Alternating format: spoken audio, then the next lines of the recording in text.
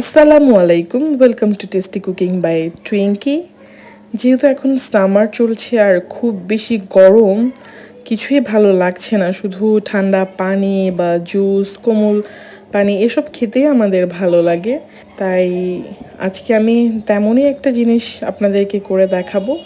তালের শাঁস দিয়ে আমি একটা মজাদার ড্রিঙ্কস বানাবো। প্রথমেই আমি তালের শাঁসগুলো ভালো করে বের করে ছিলে নিয়েছি, উপরে যেই আবরণটা ছিল। তালের শাঁসগুলো আমি 10 সেকেন্ডের মতন ব্লেন্ড করে নেবো, একদম স্মুথ করব না। এটা করার একটা কারণ হচ্ছে মুখে যাতে আমার একটু চাঙ্ক টাইপের ফিল আসে। তারপর আমি এখানে চিল্ড মিল্ক অ্যাড করে দিচ্ছি এবং সুগার দিয়ে দিচ্ছি।